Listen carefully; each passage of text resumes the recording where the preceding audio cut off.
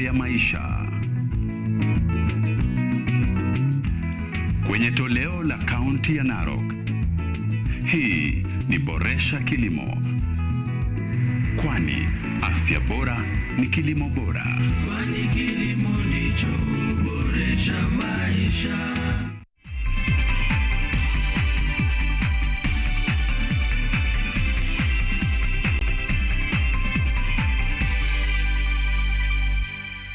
This program is rated GE.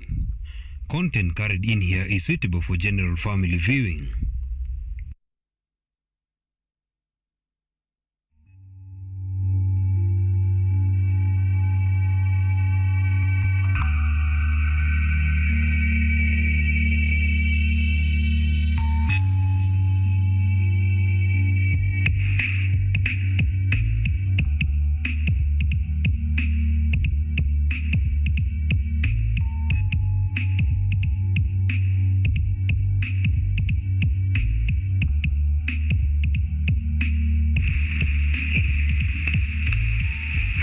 Okay, good afternoon, class. I'm teacher Derrick Orlando. Today I'm here for music lesson, and I will take us through the music lesson today, and I believe that we are all ready.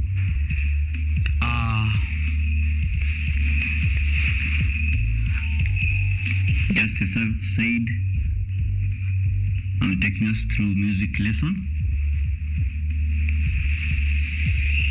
I hope you are ready with your notebook and pen. And our today's topic is rhythm.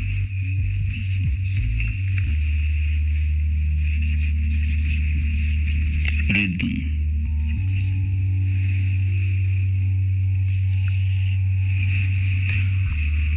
This topic is in grade 6. So I will take us through rhythm and also rest, musical notes, and also French rhythm names. First of all, what is a rhythm? What is a rhythm? We'll start by defining what a rhythm is.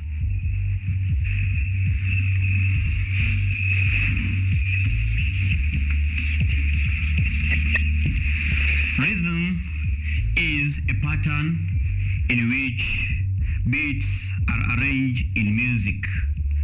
Rhythm is a pattern in which beats are arranged in music.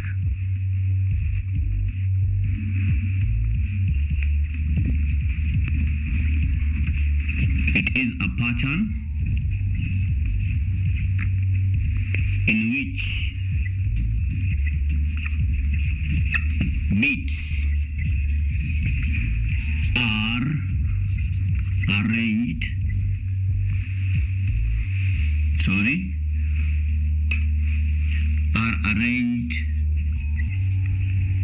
in music.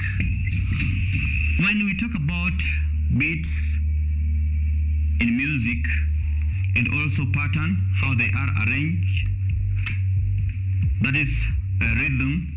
We can also define it as an occurrence of notes and rest in time.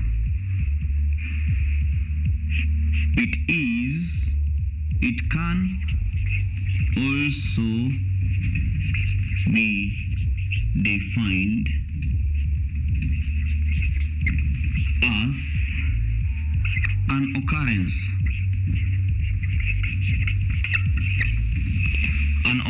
of notes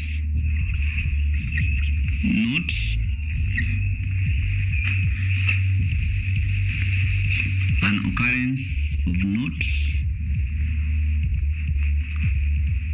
and rests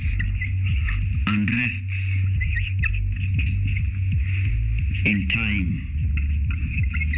I know many of us still don't know what rest is, and I will also talk about what notes are so that we understand the definition of rhythm. So what is a note?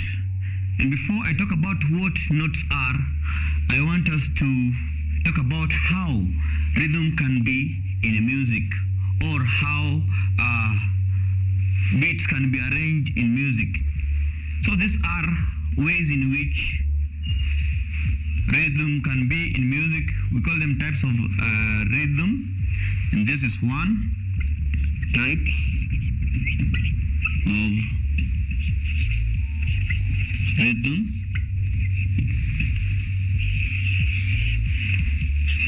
One, the first type, we have random rhythm.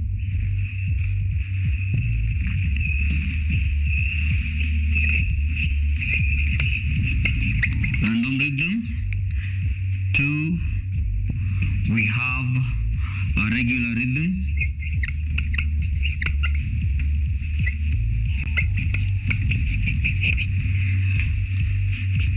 Four, we have alternating rhythm.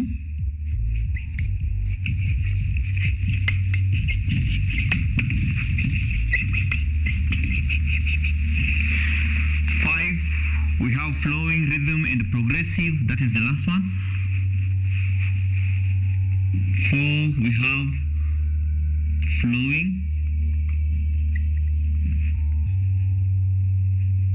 rhythm, and lastly we have progressive rhythm.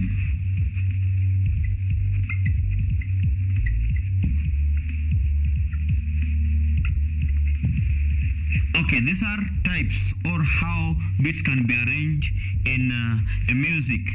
It can be arranged randomly, it can be regular, it can be alternating, either regular or randomly. It can also be flowing or progressive. So, what are notes? Remember, we defined rhythm as a pattern in which beats are arranged in music, and also we defined it as an occurrence of notes and rest in time. So what are notes and what are rests? What are notes and what are rests? That is what determines how rhythm is, or how a pattern how a pattern of beats, or the arrangement of music, the arrangement of beats in music. So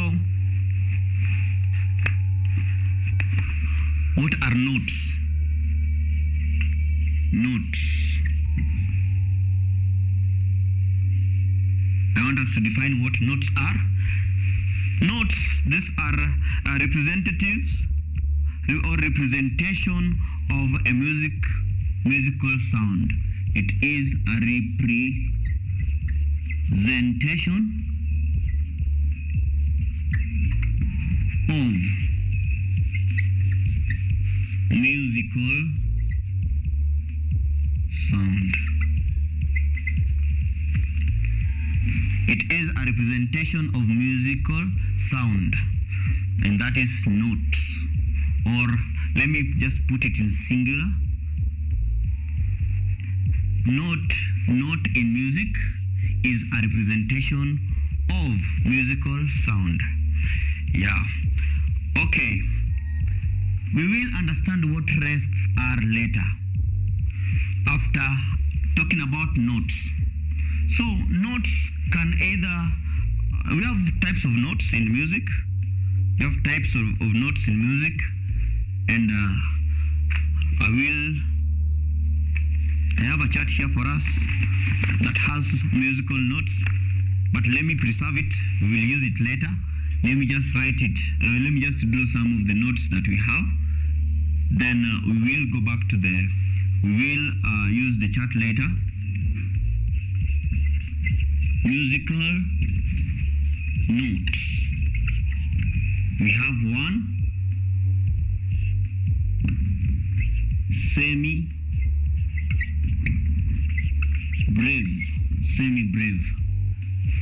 The first one is semi-breve.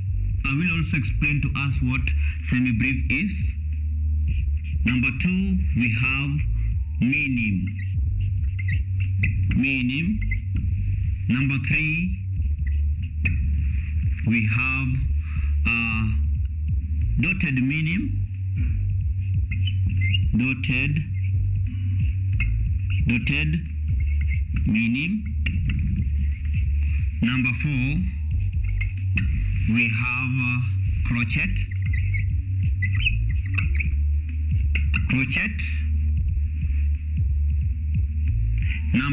Number 5, I will give us up to number 5. Number 5, we have quiver.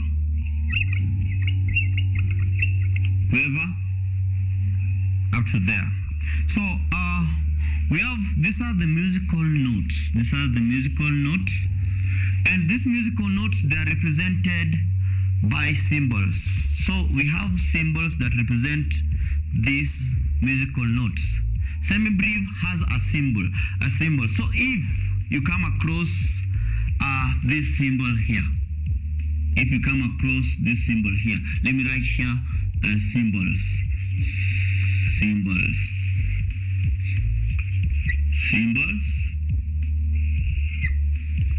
So if you come across this symbol here, it is always this way.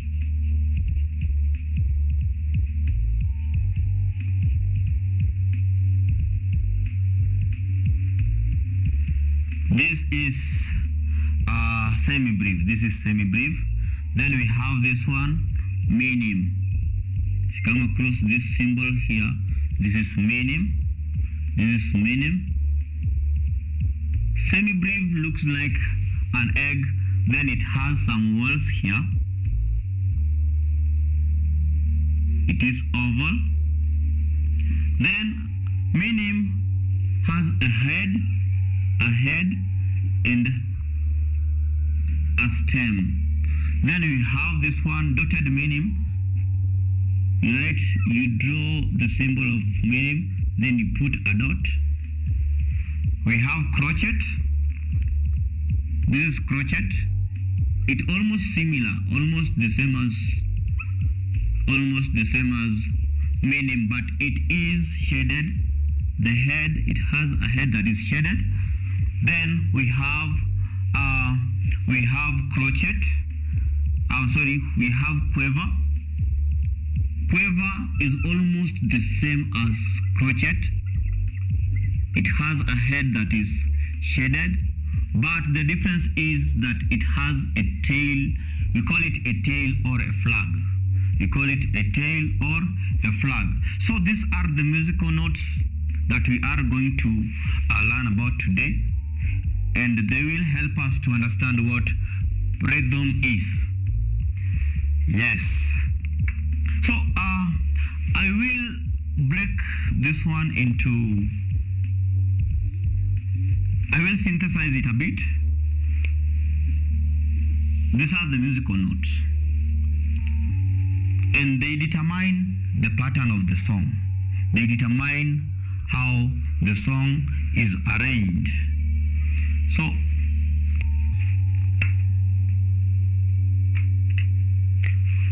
okay, up to there, I want us to talk about something here. It is known as rhythm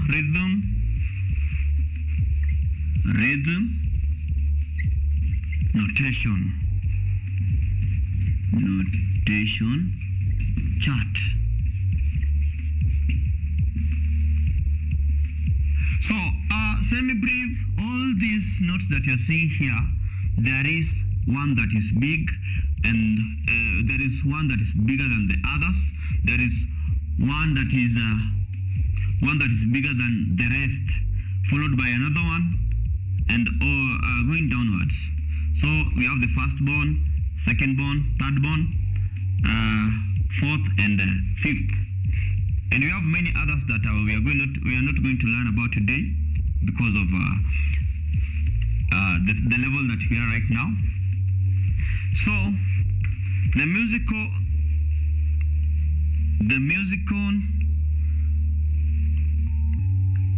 The musical rhythm notation chart is, we have the first one that is bigger than the rest is semi-brief.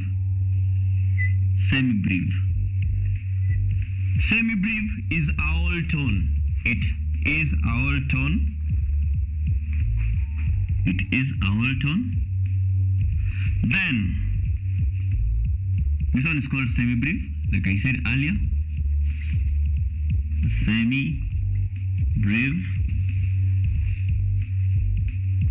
Semi-brief is made up of two minims. So two minims make up one semi-brief. It makes up a whole tone. This is a whole tone. Semi-brief is a whole tone. So for us to have a semi-brief, we need two minims. So a minim plus a minim is equal to one semi-brief. Then another one that is smaller, we have this one, crochet.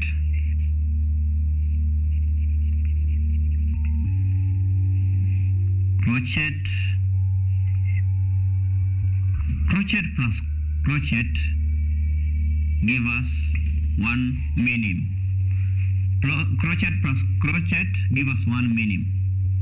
So one minim is made up. One minim has two crochet in it. Then we have this one that follows, quiver. I said quiver is almost the same as crochet, but it has a tail, or we can also call it a flag.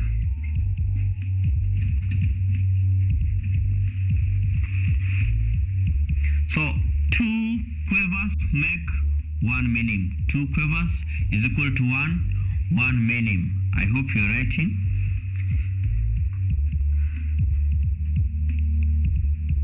I want to go beyond this because we want to learn more about rhythm, and also we have not covered rest and also the rhythm, the French rhythm notes. So I will wrap this side.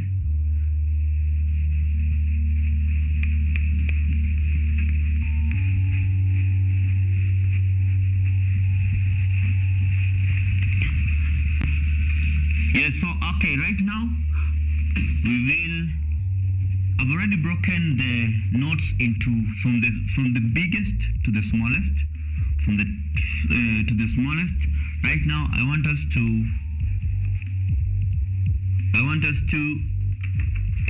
use the chart, and I will display the chart for us so that we understand.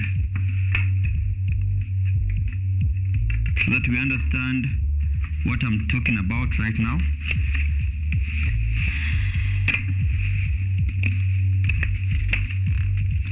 Semi-brief, here semi-brief is the biggest.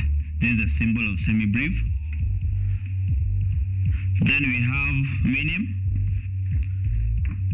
It follows semi-brief. It is number 2 in terms of size. Minim, this is the symbol. Then we have dotted minim. Dotted minim, it almost the same as semi-brief. It almost, in terms of size, it is bigger than minim because it has a dot. It is dotted. I will explain that one later. Then we have crochet. Crochet is smaller than minim. Then we have quiver. Quiver, which is the smallest among these ones that I've drawn for us here today.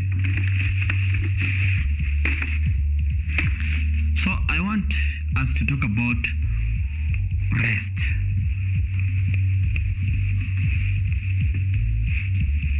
Rest,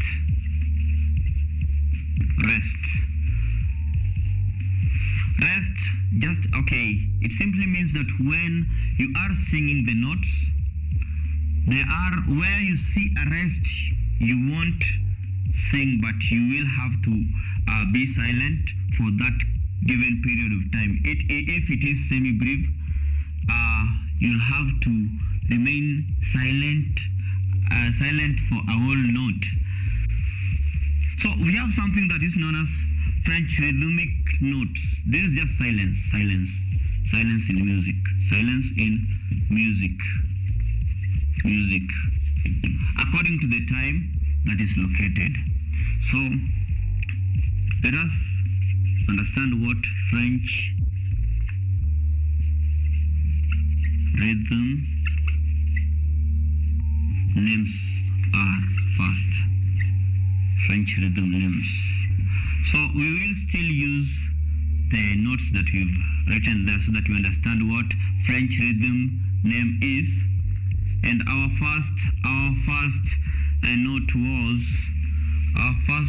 was semi-brief.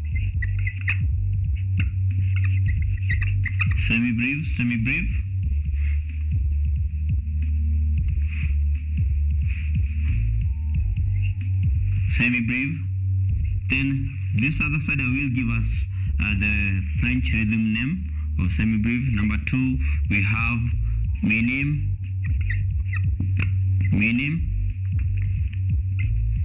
Number 3, we have dotted minim.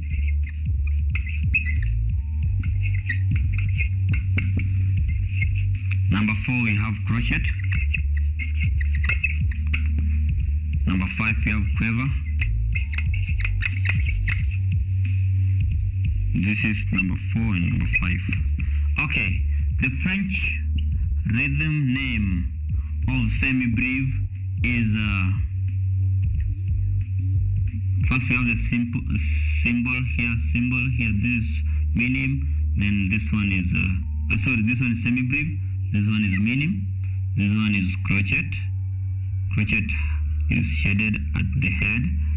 Then this one is dotted minim. It is minim.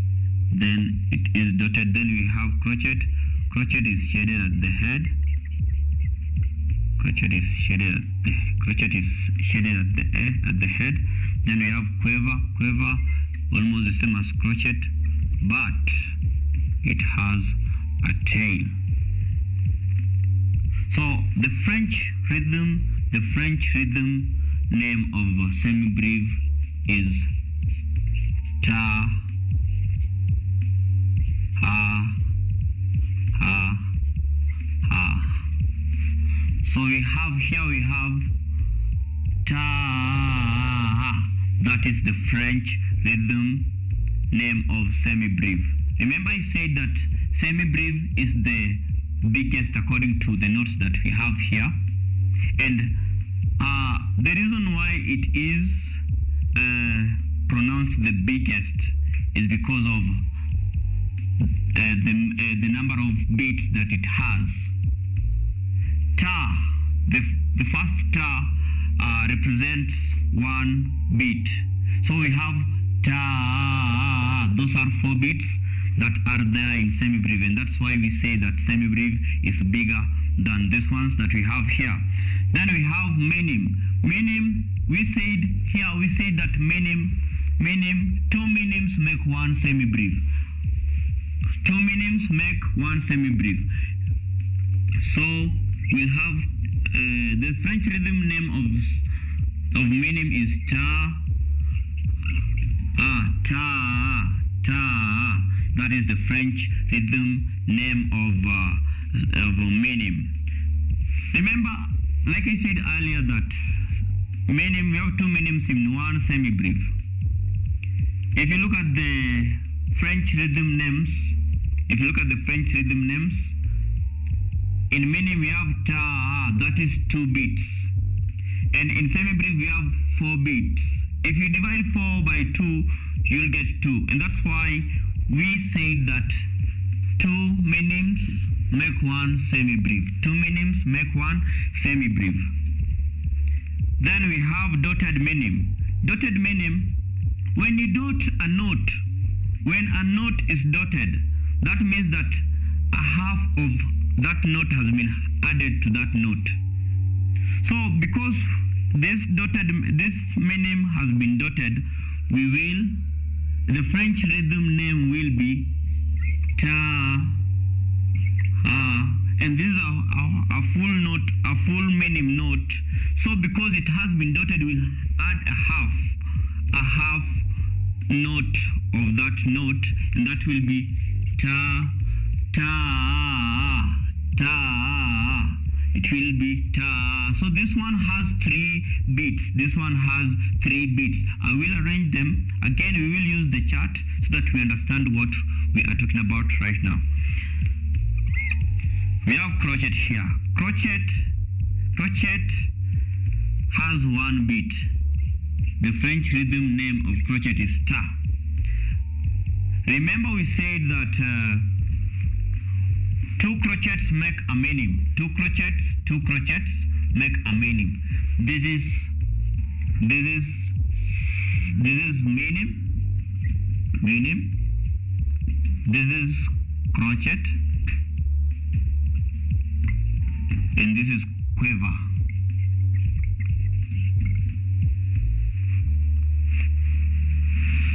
Okay, this is music. Okay, we are learning about the number of beats in a tone, or in a note, I mean. And French rhythm names, and this is grade 6 music. French rhythm name enables us to identify the number of beats in a note. Semi-breve is this is the symbol, and this is the French rhythm name. Ta, it has 4 beats. Minim is this is a symbol of minim. It has 2 beats. Ta. If you check well, you'll realize that there are 2 minims in one semi-breve. Again, we have dotted minim. This is a symbol. It is a minim that has a dot just close to it.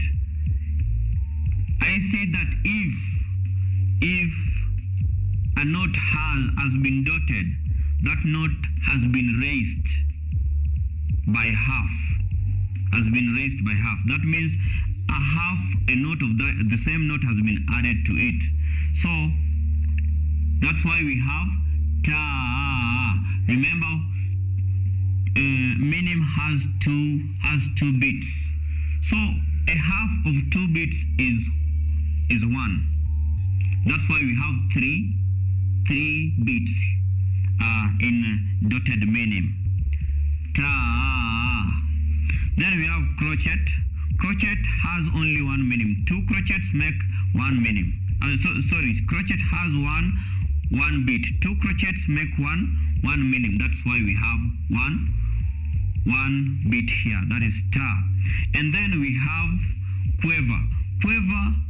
2 quivers make 1 crochet. 2 quivers make 1 crochet, and therefore that means that quiver is a half of crochet.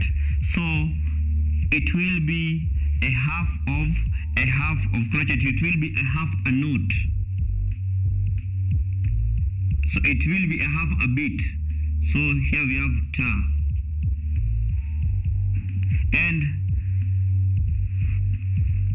in a music, quiver always appear when they are 2. This way. I know you've come across this symbol.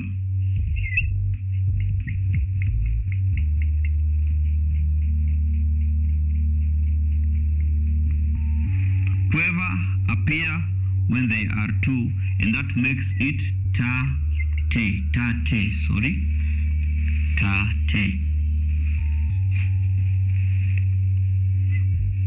So that is the beat. Tate. Then we have the first one, which is ta. The second one, which is minim, is ta. The third one, which is dotted minim, is ta. The fourth one, which is crochet, is only 1 beat. Ta. Then we have quiver, which is the fifth one, which is a half a beat, tate, tate, tate. So as you go down, you'll realize that you'll have to clap. You'll clap many times depending on the notes.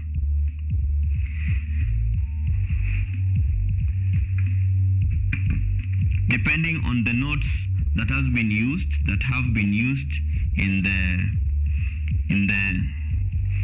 the music. So I want to wrap this side. I hope you have already taken the notes.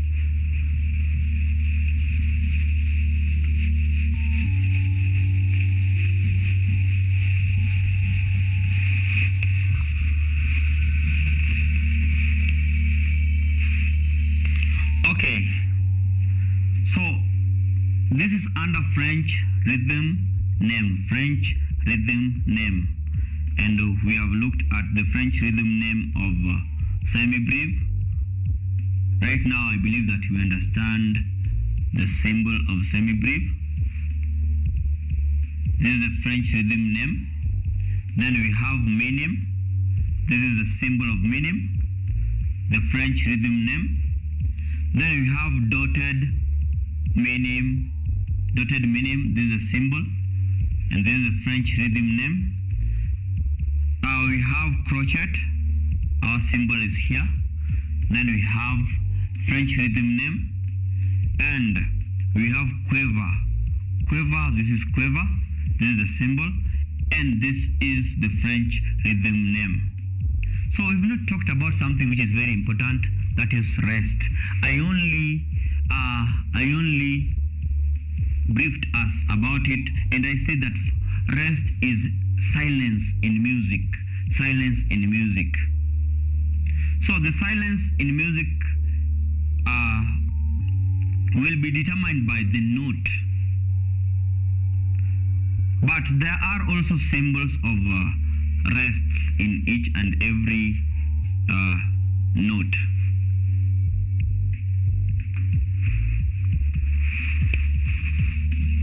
Rests. So each and every note has its rest.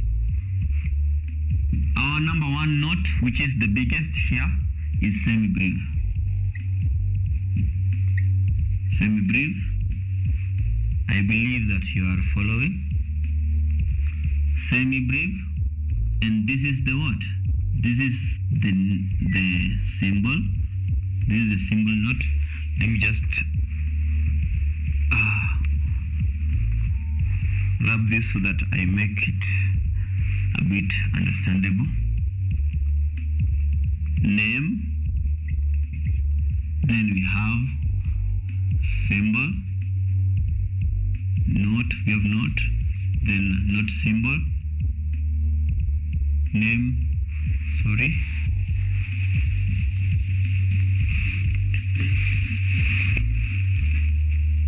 Name, then you have symbol, then rest.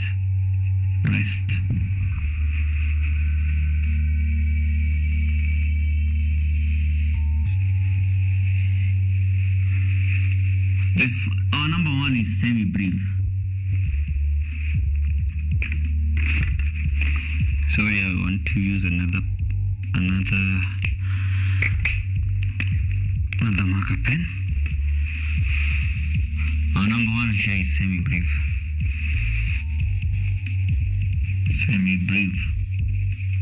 Semi-breve.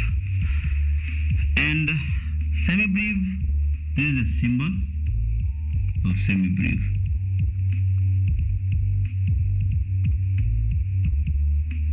According to our notes here, semi-breve is the biggest.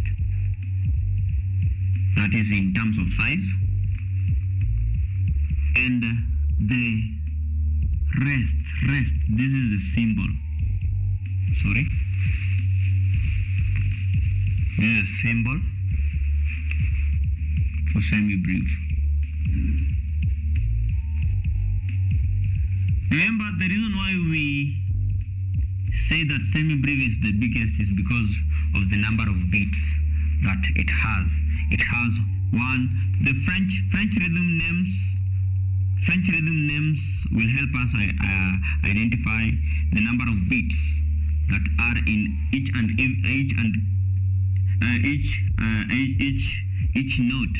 We have 1, 2, 3, 4. So semi-brief is the biggest because it has 4 beats. So this is the rest, the symbol of rest in semi-brief. It looks like almost looking like a graduation cape. That one. Then we have number 2. Our number 2 is minim.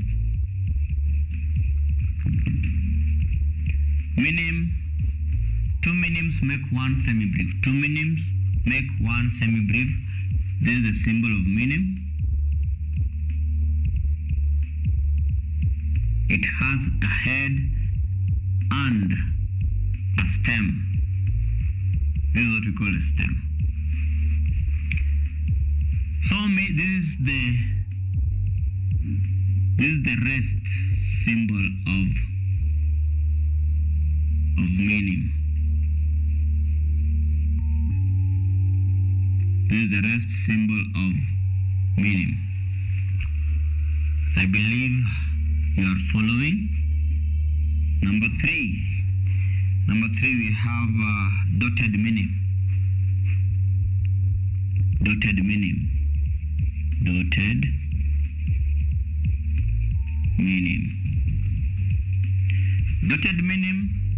This is a symbol for dotted minim.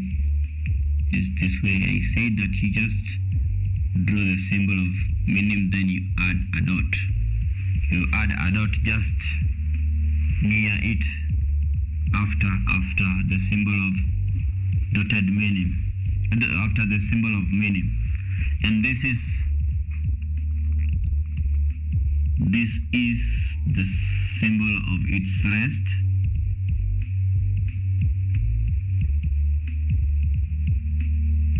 This is a symbol of its rest.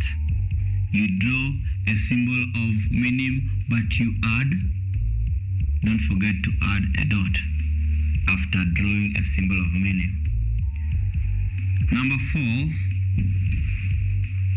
4, we have crochet.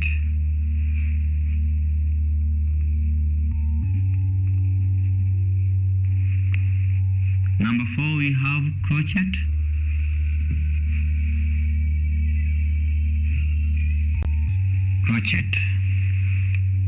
I'm running out of ink. Number 4, we have crochet. Crochet is almost the same as minim, but it is shaded. It has a head that is shaded.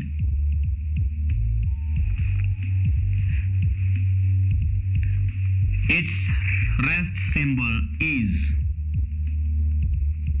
this way. This is the rest symbol of crochet. Yes, number 5. Number 5, we have quiver.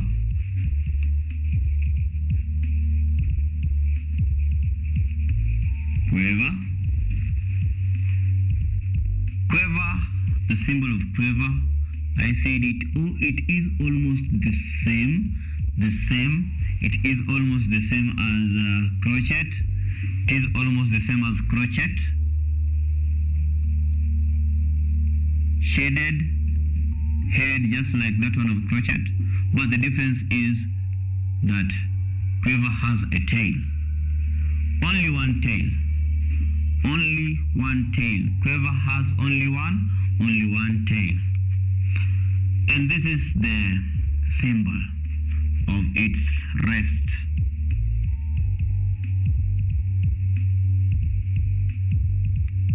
This is a symbol of its rest. I know that you are following. Believe that you are following. This is a symbol of its rest. So where you see these symbols, you have to remain silent. In case you are singing, stop singing, rest. Rest according to the time that you have been given. You'll have, when I talk about time, this is what I mean. If you are singing, for example, Emungu nguvu yetu, Emungu, it has, Emungu is 4x4, that is scratched. Emungu nguvu yetu. So, where you are supposed to rest, you'll continue clapping, you'll continue counting the number of beats, but you'll stay silent according to the beats that are allocated there. So this is what we mean by rest. You stay silent. You stay silent until the number of beats that have been allocated there are done. Is when you start again. And resting in music also helps us to at least have some moment to breathe, because you can't sing throughout the song, throughout the music, that is when the accompaniment is on, and you cannot sing throughout, because remember, even when you sing throughout, it won't sound sweet. Music is a necessary noise. It is a sound that soothes. It is a sound that pleases the ears. So I will again synthesize this one and this one so that we see a summary of what we've just learnt, and even explain further so that we all understand what we've been talking about all along. I know I've talked about so many things. We have rest. We've talked about rest. We've talked about rhythm, where we began. We've also talked about French rhythm names. We have notes here that we've also talked about.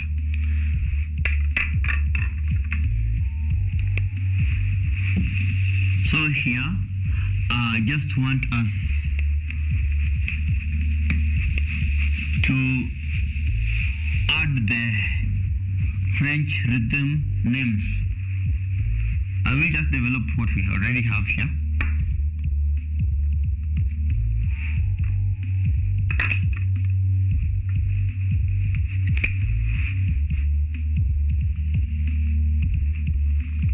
Yes, French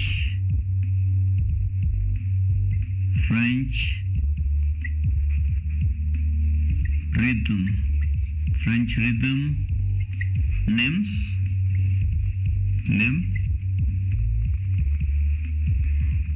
And lastly, we have this one.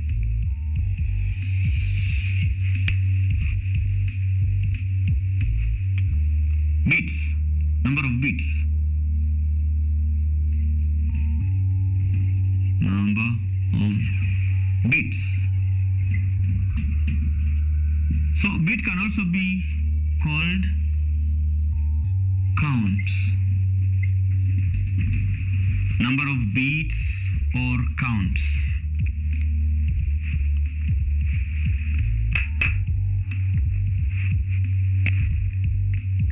Number of beats or counts. So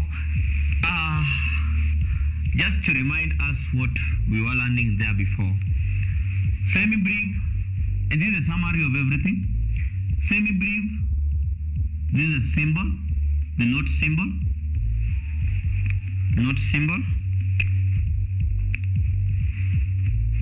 and that one is rest. So semi-brief, the French rhythm name of semi-brief is ta, ha, ha, ha. Remember I said that semi-brief is a whole tone, a whole sound. It has 4 beats. Then we have minim. This is the symbol of minim. I said 2 minims make one semi-brief. Two minims make one semi-brief. And this is the rest symbol of minim. And this is the French rhythm name, ta, ha. In our notation chart, we learned that two minims make one. Two minims make one semi-brief.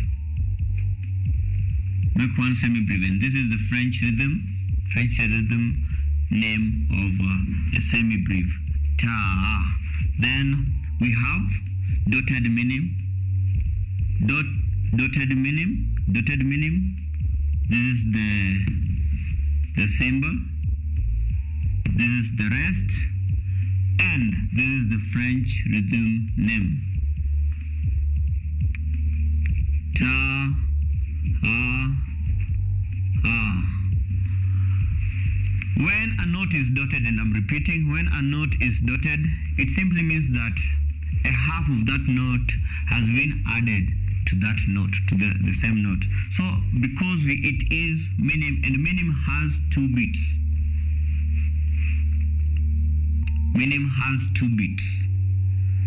That means that another beat, a half of minim has been added to minim, and that means that a half of minim has 2 beats, and if a half of minim has been added to it, that means that 1 beat has been added to a minim. That makes it ta, ta. You have another one, crochet. Crochet, this is the sign. It is almost the same as minim, but the head has been shaded. The head has been shaded. This is the symbol of its rest, and this is the French note, ta, ta. Ta is the French rhythm name. Ta is the French rhythm name. Then we have quiver. Quiver, this is the note symbol. This is the rest. It's rest. When you see this one, that means that you'll have to rest according to the time. And it is a half a note.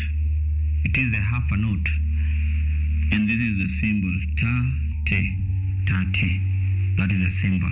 So I want us to count the number of beats that are in each and every note. I want us to count the number of beats that are in each and every note. And we will start with the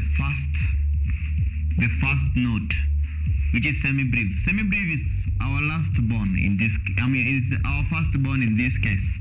It is the biggest in terms of size, that is in terms of number of beats that are in it. So semi-brief, we will count the number of ta that are in semi-brief, and we have 1. Count with me. 1, 2, 3, 4. 1, 2, 3, 4. So semi-brief has 4 beats. 4 beats. Or you can even say it has 4 counts. It has 4 beats or 4 counts.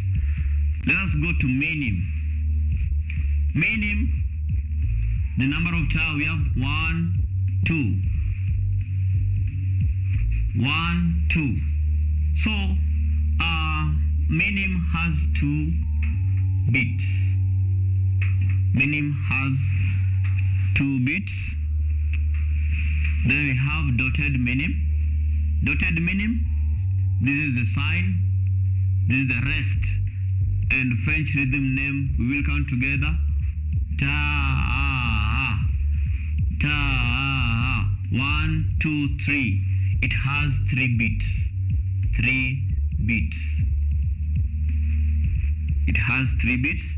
Then we have a crochet. Crochet, this is the symbol. It is shaded at the head, and it has a tail. No, it has a stem. It doesn't have a tail. This is the rest, the symbol of a crochet rest, the rest of crochet. So if you see this one in music, you'll have to rest according to the number of beats that is there. So and the number of beats is only one. Ta, ta, ta. That is one beat. Then we have the last one, quiver. Quiver, this is a symbol. This is a symbol of quiver.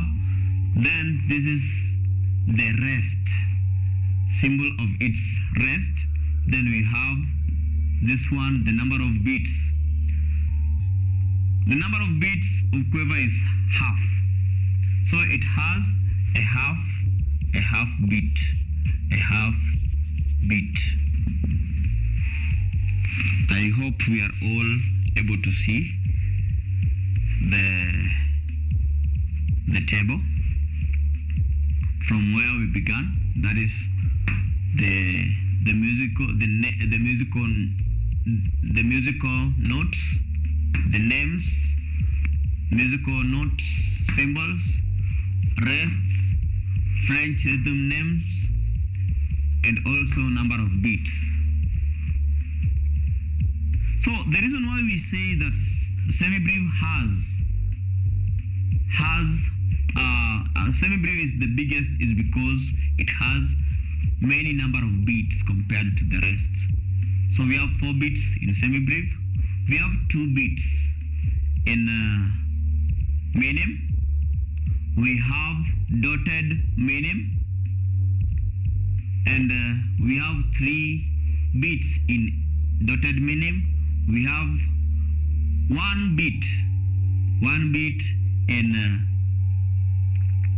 we have 1 beat in a crochet, and also we have quiver. We have a half a beat in quiver. Just a reminder again.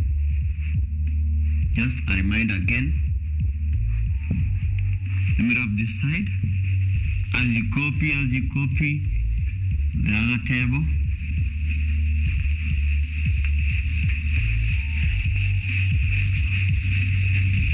Let me rub this one and make it again simple for us. I know it's a bit complicated, but let me simplify it again.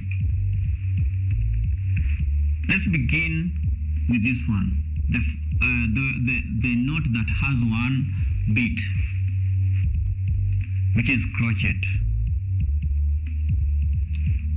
Crochet has a shade. It is shaded at the head. Crochet, just like we said earlier, crochet has 1 beat. So 1 crochet, this is how we will clap.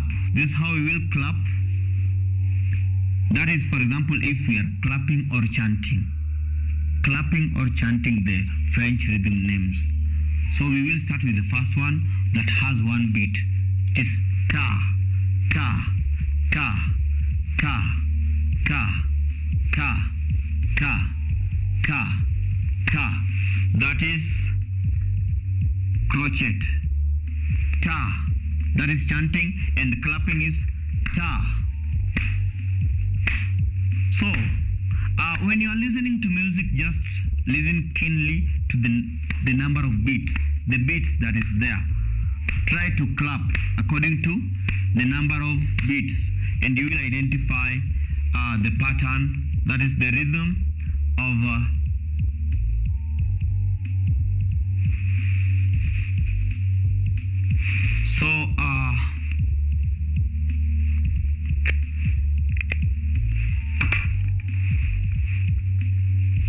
okay, this is the note.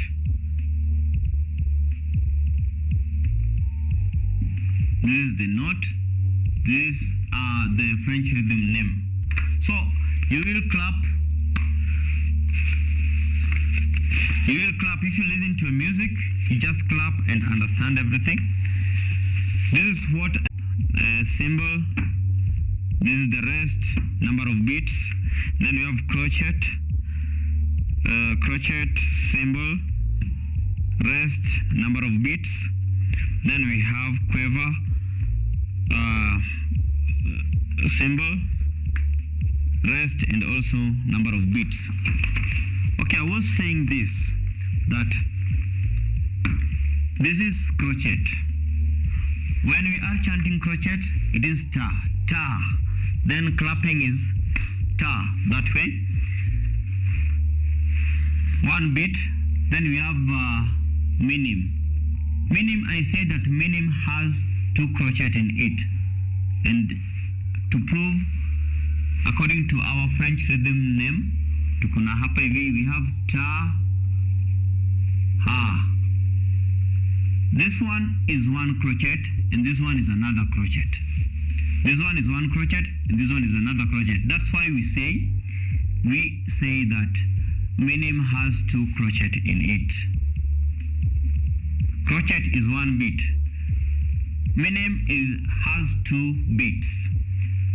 So this is how we chant. This is how we chant minim. Ta, ta, ta, ta.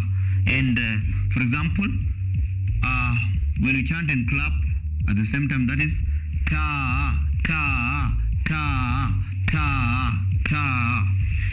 Then we have the third one, that is dotted minim. Dotted minim. It has 3 beats. It has 3 crochets. That mean that what I mean. It has 3 crochets, 3 beats. 1 crochet has 1 beat. Ta, ta. Then we have ta. I said that when a note has been dotted, that means that a half of that note has been added to it. Minim has 2 beats. When we add a dot on it, that means that we are adding another what? Another crochet. A half of it. Because crochet is a half of minim. So we are adding another crochet. And that makes it 3 beats. 1, 2, 3. Ta, ta, ta, ta, ta. So that's how we chant it. Ta, ta. So for example, if we are clapping and chanting at the same time, this is how we will go. Ta, ta, ta, ta, ta. Let us go to the 4th one. And the 4th one is semi-breve. Semi-breve. The 4th one is semi-breve.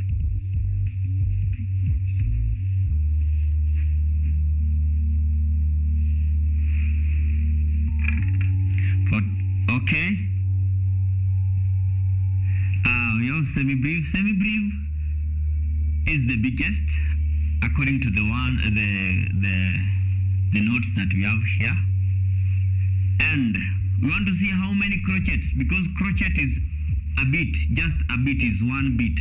We want to see how many crochets are there in semi-breve. We have already seen that we have 2 crochets in minim. This is minim. Minim. This is crochet. This one is dotted minim.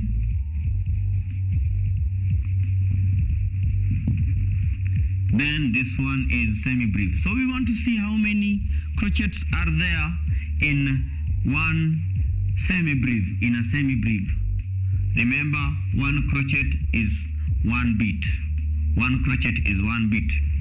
So we have ta, ah, ah, ah. 1 crochet, 1 crochet is 1 beat, which is ta. So this one is semi-brief. Sorry.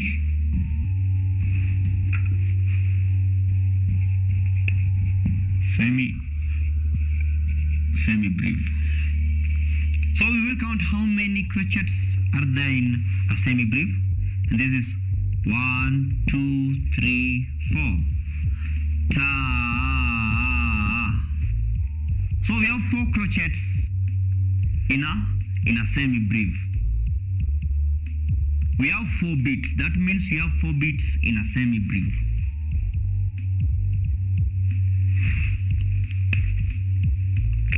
We have 4 beats in a semi-brief. So this is how we will chant it. Ta, ta. So when it reaches the end, it begins again.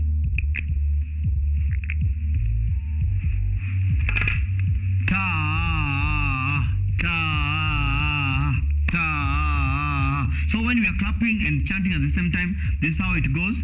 Ta, ta, ta, ta. So that is the time that we have in semi-brief, the time that we have in dotted minim, the time that we have in minim, the time that we have in crochet.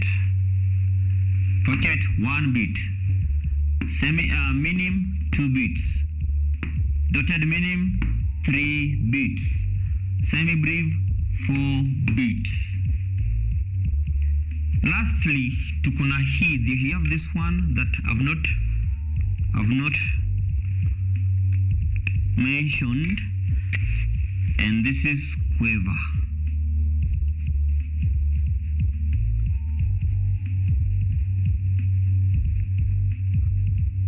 So I've drawn quiver the last one because it has the smallest beat. It is smaller than crochet. That means we said earlier that quiver, we need 2 quivers to make a what? To make a crochet.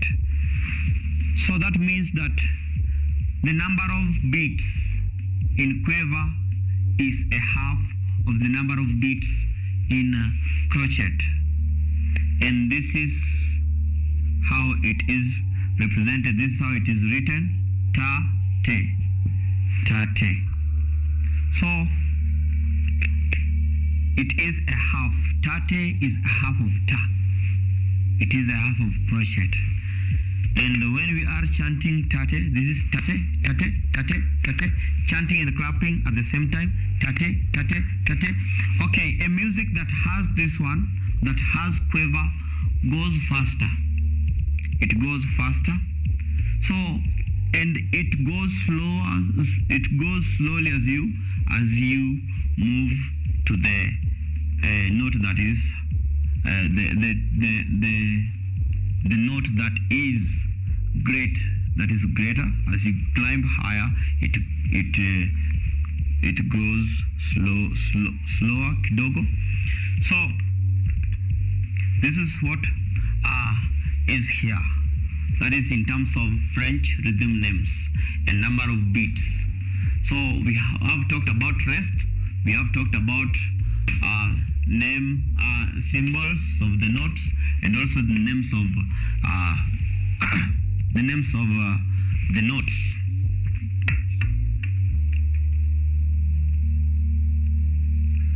Okay. Just a reminder. Sorry.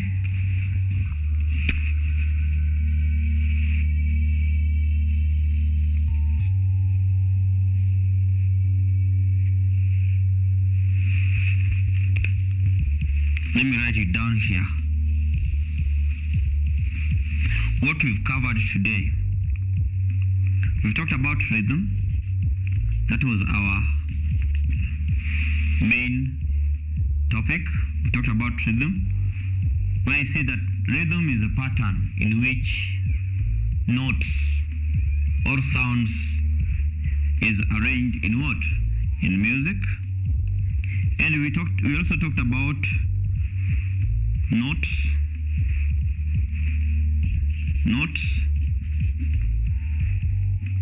And these are the notes that we've just talked about, the 5 of them: semi-breve, minim, dotted minim, crochet, and symbols.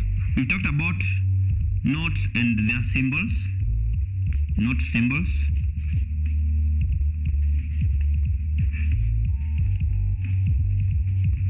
We've also learned about French rhythm names.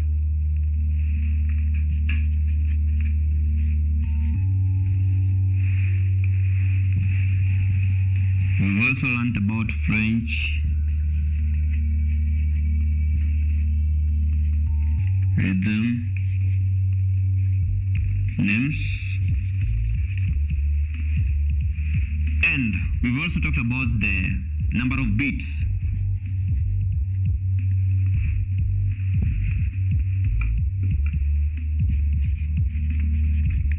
Number of beats in each and every note.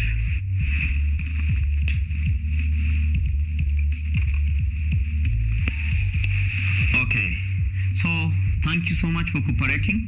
This is what we've learned. I know we've covered a very, very large, a very, very wide area in music. And I've talked about general, this is all about rhythm. And thank you so much for cooperating. I know you've been following. And as I said earlier, my name is Teacher Derrick Orlando. We've